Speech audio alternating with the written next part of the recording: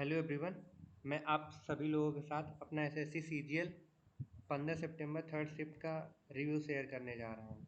और second shift का भी मैं बताऊंगा, क्योंकि मैं वहाँ पे सेंटर पे पहले ही गया था। तो मैं 2-3 लोगों से बात किया था, तो मैंने देखा कि पहली शिफ्टों का पेपर कैसे आ रहा है और मेरी शिफ्ट का कैसा पेपर आ रहा है।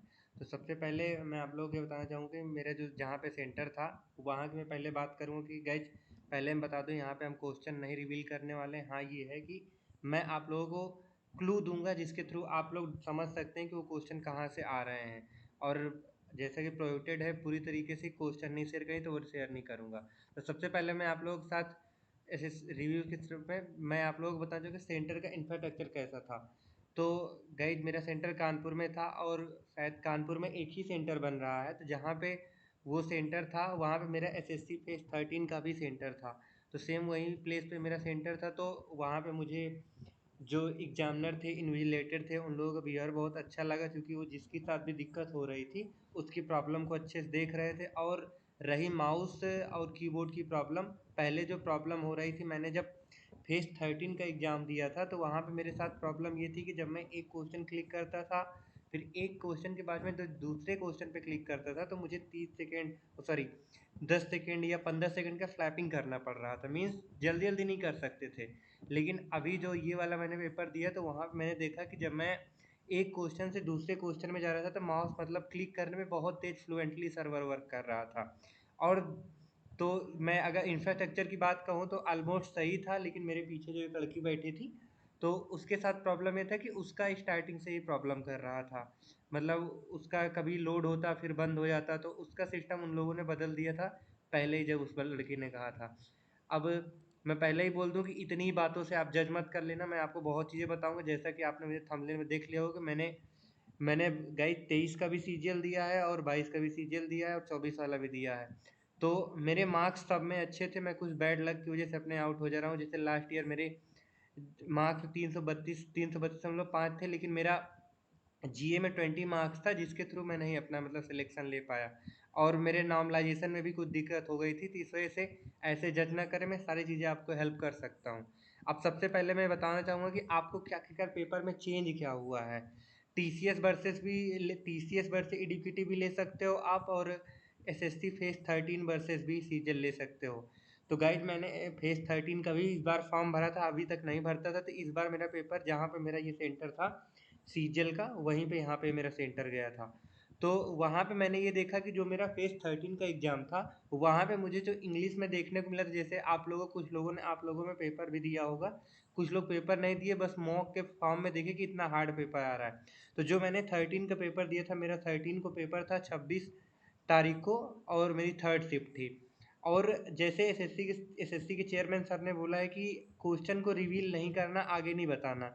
इसका रीज़न सबसे बड़ा ये है कि इस वजह से उन्होंने ऐसा कहा है कि जैसा कह रहे हैं कि 25 तारीख वाला जो सिलेक्शन फेज का पेपर था, और 26 अगस्त वाला जो था, ये दोनों पेपर ऑलमोस्ट सेम थे। ये मैंने खुद एक दो अपने दोस्त से मिलाया था, मेरा 26 को था, और जिसका 25 को था मैंने उससे मिलाया था। तो दोनों लोगों का पेपर सेम था, इस वजह से ऐसा बोला गया कि आप क्वेश्चन रिवील ना करें। और यहाँ मैंने पहले जैसे 12 तारीख वालों को, जो 12 वालों का मैंने देखा था पेपर, और जो यहाँ मैंने 15 को दिया पेपर थर्ड शिफ्ट, मुझे भी लगा कि कुछ क्वेश्चन कुछ बोले तो 10 से 15 क्वेश्चन जीए में भी ले सकते हो, मैथ्स में भी ले सकते हो। पैटर्न चेंज नहीं कर रहे हो, वही क्वेश्चन डाल रहे हैं, बस जैसे क्वेश्चन की लैंग्वेज चेंज हो जा रही, इस वजह से हो सकता है कि बोला गया है कि आप क्वेश्चन को रिवील ना करें। अब बात सही भी है भाई, अगर क्वेश्चन रिवील कर देंगे तो नॉर्मलाइजेशन में इफेक्ट पड़ता है, जिस वजह से बहुत दिक्कत होती है। तो अब मैं आपके पास सीधे टाइम आपका ना वेस्ट करते हुए बता दूं कि जो फेज 13 का था, उसका जो इंग्लिश का था, उसमें इंग्लिश में जो पैसेज दिए था, पैसेज की उसकी कंडीशन ये थी कि जैसे मैं मान लो एक लिख दूँ, राम सीता गीता जाता आता, मतलब मीन्स एक लॉजिकल पैटर्न ही नहीं बन रहा था कि का लिखा क्या है। हाँ, उसके क्वेश्चन थोड़ा इजी थे, मतलब पूछा था जो, लेकिन वो पैसेज ही नहीं समझ में आ रहा था जो एसएससी फेज 13 का एग्जाम था। और सीजल का एग्जाम का मैं कंपैरिजन करना चाहूँ तो इसका जो पैसेज था, इसका भी पैसेज थोड़ा टफर साइड में था। जो पहले टीसीएस में हम लोग टीसीएस का जो कराते थे, टीसीएस में क्लोज टेस्ट आता था, तो इसमें क्लोज टेस्ट की जगह पैसेज आ गया है, और पैसेज अच्छा खासा टाइम ले रहा है भाई। मतलब ये नहीं कह सकते कि आप भाई मेरी रीडिंग स्किल है बहुत अच्छी है तो मैं तुरंत कर दूंगा। हाँ, कर सकते हैं, लेकिन टाइम टेकिंग था। मतलब अच्छा पैसेज था, उसमें अच्छी खासी वकैब भी यूज की गई थी। तो फेज 13 में जो मैथ्स दी, मैथ्स में इलॉजिकल क्वेश्चन थे, जो इलॉजिकल बोले तो जो फेज 13 का एग्जाम था उसमें ये सिलेबस में है, तो जो सिलेबस से बाहर से भी क्वेश्चन थे। तो सीजीएल में ऐसा देखने को नहीं मिला, जो टीसीएस का पेपर था उसी तरह के क्वेश्चन मिले। और जो फेज 13 का एग्जामिनेशन का रीजनिंग थी, रीजनिंग भी बहुत इलॉजिकल साइड में चली गई थी, मतलब सीधे स्टेटमेंट कंक्लूजन डाले पड़ा है, स्टेटमेंट एंड आर्गूमेंट डाले पड़ा है। ये सब इसमें जो 13 वाला था, वो 13 वाला था, उसमें बहुत सवाल थे, लगभग 7 से 8 सवाल तो सिर्फ स्टेटमेंट बेस्ड थे। और जीए उसकी भी बहुत माशाल्लाह थी, मतलब जो 13 था फेज 13 का, उसका भी मतलब जो जीए आई थी वो मतलब सारे स्टेटमेंट बेस्ड करके क्वेश्चन दिए हुए थे। तो ठीक है, अब सीधे आते हैं कि भाई एसएससी सीजीएल रिवील पे, मतलब रिव्यू पे आते हैं। मैं भाई अभी बोल रहा हूँ, क्वेश्चन रिवील नहीं करने वाला मैं। हाँ, ये है कि मैं आपको क्लू जरूर दूंगा कि आप कौन सा मॉक अभी अटेम्प्ट कर सकते हो जिसके आगे रिव्यू है, जिसका आगे पेपर है। वो पेपर को अगर जैसे वो वाला पेपर अटेम्प्ट करता है तो उसको एक अगर जायजा मिलता है। मैंने ऑलरेडी भाई, मैं आपको कहो इसमें तो नहीं, मैं अगली वीडियो में आपको दिखा दूँ कि मैं ऑलरेडी 100 से 120 मॉक अटेम्प्ट कर चुका हूँ प्री के। और ऐसे तो बहुत सारे कर चुका, सारे प्लेटफॉर्मों के मैंने मॉक दिए हुए हैं। तो मुझे ये मालूम चल सकता है कि कौन से प्लेटफॉर्म में मतलब कौन कैसा मॉक बनाता था, कौन कैसा था। तो ठीक है भाई, मैं सीधे एनालिसिस पे आता हूँ आपका टाइम ना वेस्ट करते हुए। तो सबसे पहले मैं बात करता हूँ इंग्लिश की। तो जो एसएससी, तो आज जो 15 सितंबर की थर्ड शिफ्ट थी, सबसे पहले मेरा जो पैटर्न होता है जो पेपर अटेम्प्ट करने का, वो मेरा पैटर्न यही होता है कि सबसे पहले मैं इंग्लिश अटेम्प्ट करता हूँ, फिर जनरल अवेयरनेस अटेम्प्ट करता हूँ, फिर रीजनिंग अटेम्प्ट करता हूँ, फिर मैथमेटिक्स अटेम्प्ट करता हूँ।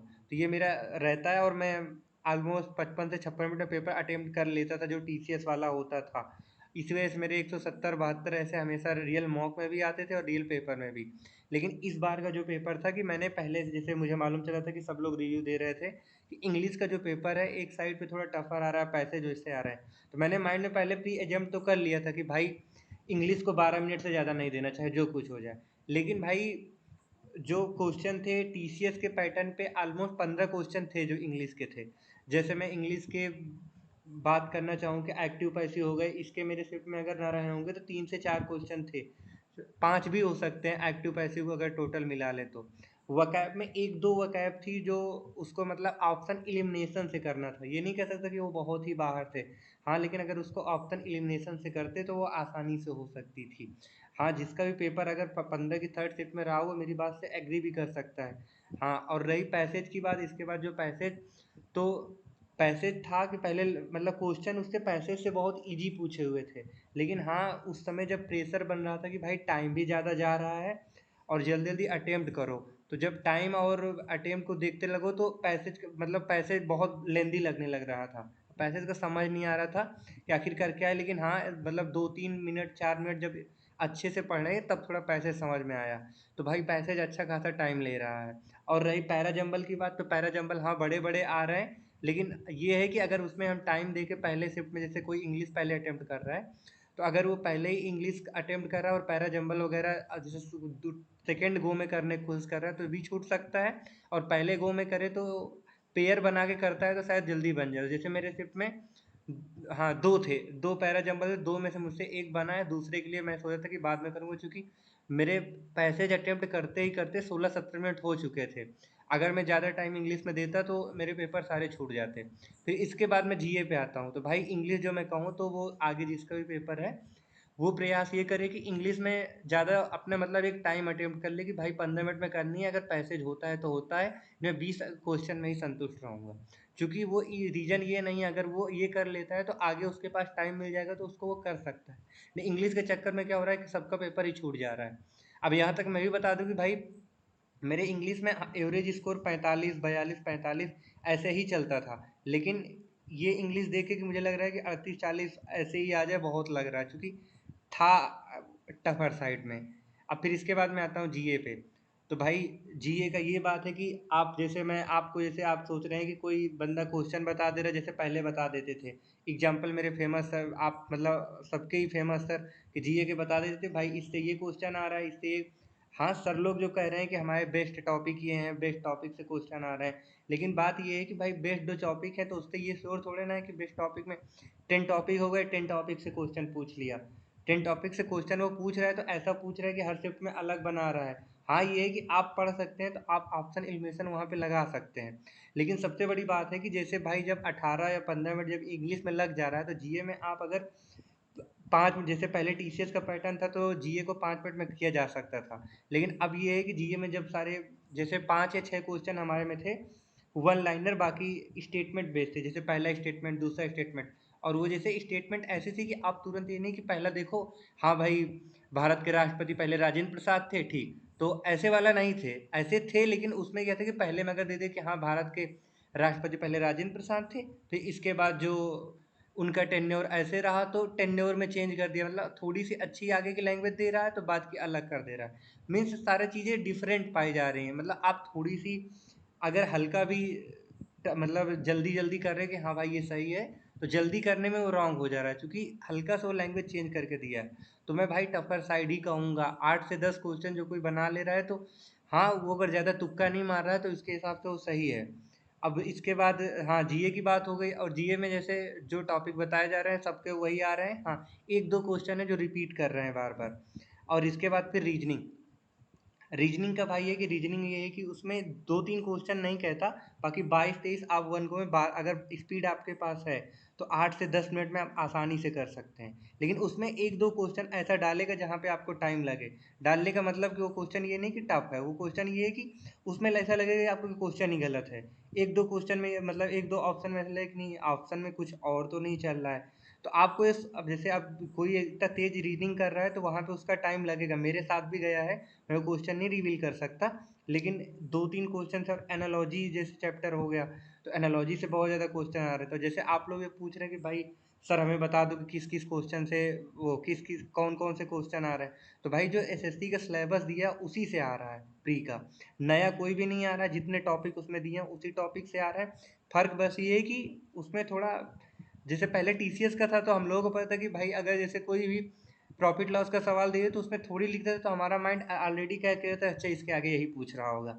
लेकिन अब इसके आगे ये ना पूछ के, ये जब अगर मतलब इसमें है कि थोड़ा सा चेंज कर दिया है, वो ना पूछ के पूछ वही रहा है लेकिन थोड़ी सी डिफरेंट कर दे रहा है तो थोड़ा टाइम लगा रह रहा है, मतलब नए क्वेश्चन के फॉर्म में दे दिया है तो वो टाइम ले जा रहा है। अब जैसे किसी किसी किसी शिफ्ट में जैसे 15 की शिफ्ट में सेकंड शिफ्ट का ये भाई एनालिसिस बता रहा था कि उसकी जो मैथ्स और रीजनिंग थी बहुत हलवाई थी। अब मैं तो भाई अपनी शिफ्ट का कहूँ थर्ड शिफ्ट की, तो रीजनिंग में मैं कह सकता हूँ हलवा थी क्योंकि 23 आराम से बन रहे थे, एक दो में डाउट वाले थे। और बाकी रही मैथ्स की बात, तो भाई मैथ्स मैं नहीं कहूँगा कि मतलब मेरे आते भी हैं अच्छे स्कूल, लेकिन मैं नहीं कहूँगा कि मैथ्स इजी साइड में थी। अगर कोई बिगिनर है तो भाई उससे तो बनेंगे ही नहीं, 15-16 बस बनाएगा। इसके बाद वो बहुत लेंदी सवाल थे। अब जिस 15 की थर्ड शिफ्ट में जिसका था वो मेरे साथ एग्री कर सकते हैं कि भाई वो कैसी थी मैथ्स। तो उसमें 7-8 मतलब हाँ 15-16 आप इजीली बना लेंगे।